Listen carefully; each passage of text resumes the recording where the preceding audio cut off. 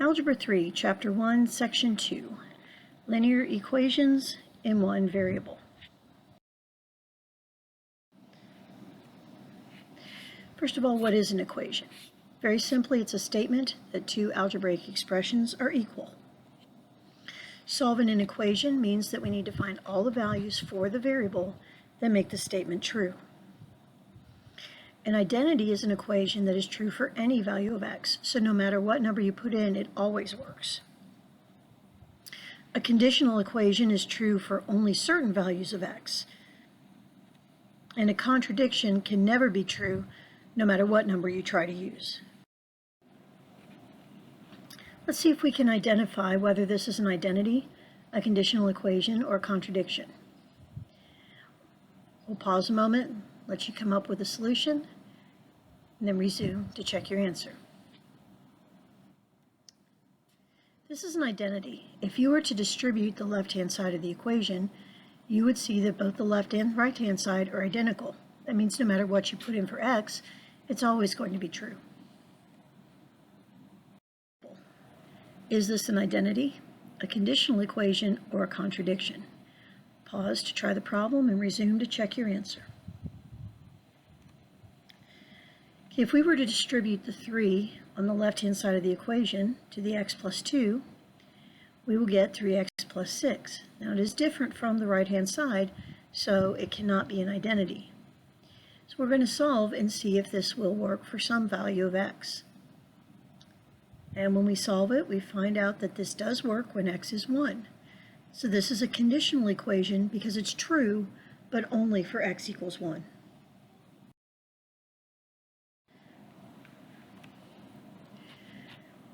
Right, we can form equivalent equations by using the rules of algebra to gradually isolate x, giving us a solution.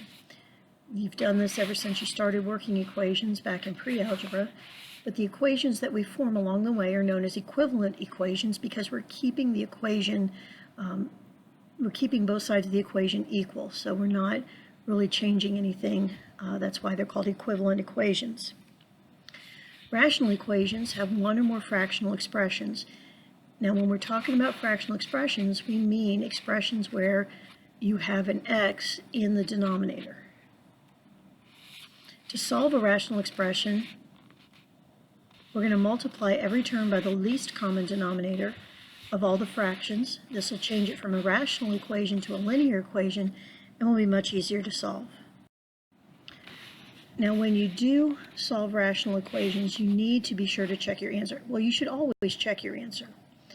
But the problem with rational equations is that you have that extra concern about getting a 0 in the denominator.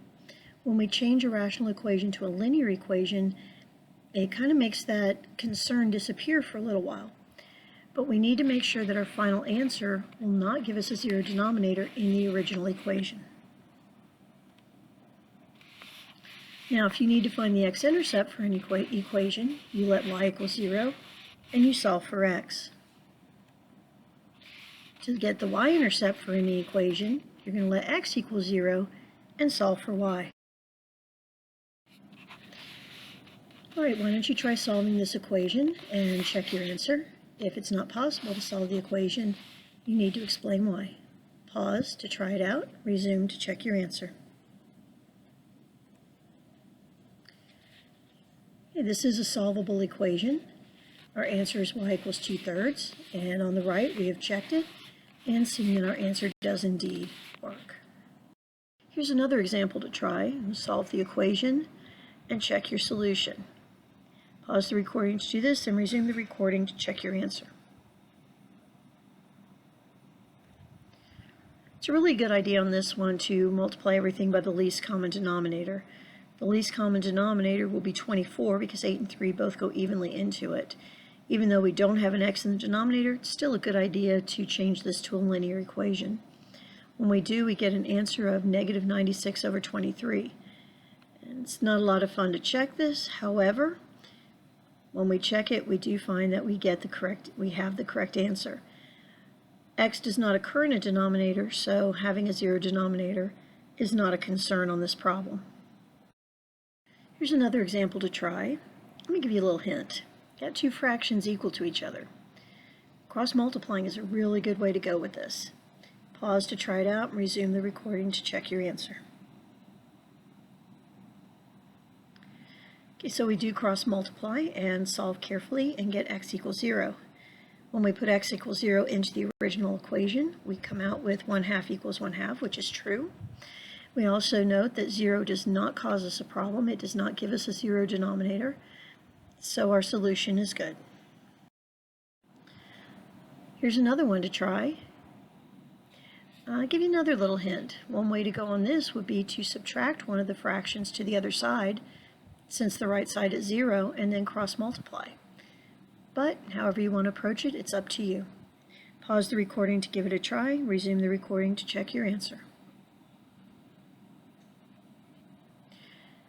Well, like I said, if you move the one of the fractions over to the other side where the 0 is, you're able to cross-multiply and it makes things a little easier. We get that x is 5/3. We put that back into the original problem and see that it works. And we also check and note that it does not give us a 0 denominator, so it is a good answer. Well, our problems seem to get larger and larger. Here's another one to solve. If I were you, I would factor that large denominator on the right-hand side. You may find it helpful.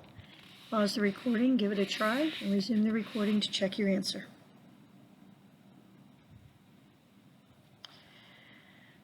Now I know it looks like a mess. We factored the last denominator and got x plus 3 times x minus 2, which just so happens to be the other two denominators. So if we multiply everything by that, it removes all of the denominators and we're left with a linear equation, which is fairly easy to solve. We get that x is 7/4. We try it out in the original problem and see that it works. And we also note that it does not give us a 0 denominator.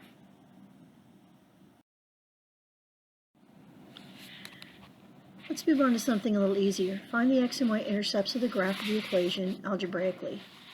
Remember, to do this, you're going to put in 0 for x and solve for y to get the y-intercept, and then put in 0 for y and solve for x to get the x-intercept. Pause to try this and resume the recording to check your answer. Okay, here are our solutions. We have an x-intercept of 1 and a y-intercept of -1. It'd be proper to write them as points, so we have the point 1, 0 and 0, -1. And now we have a word problem and a little geometry thrown in. Fortunately, they gave us the formula to work with. It says the surface area of a cylinder shown in the figure is S equals 2 pi times 25 plus 2 pi times 5h. Find the height of the cylinder, and the surface area is 471 square feet. So you're going to put that in for S. Note it also says use 3.14 for pi. Pause the recording to give this a try and resume the recording to check your answer. It's just another simple algebra problem.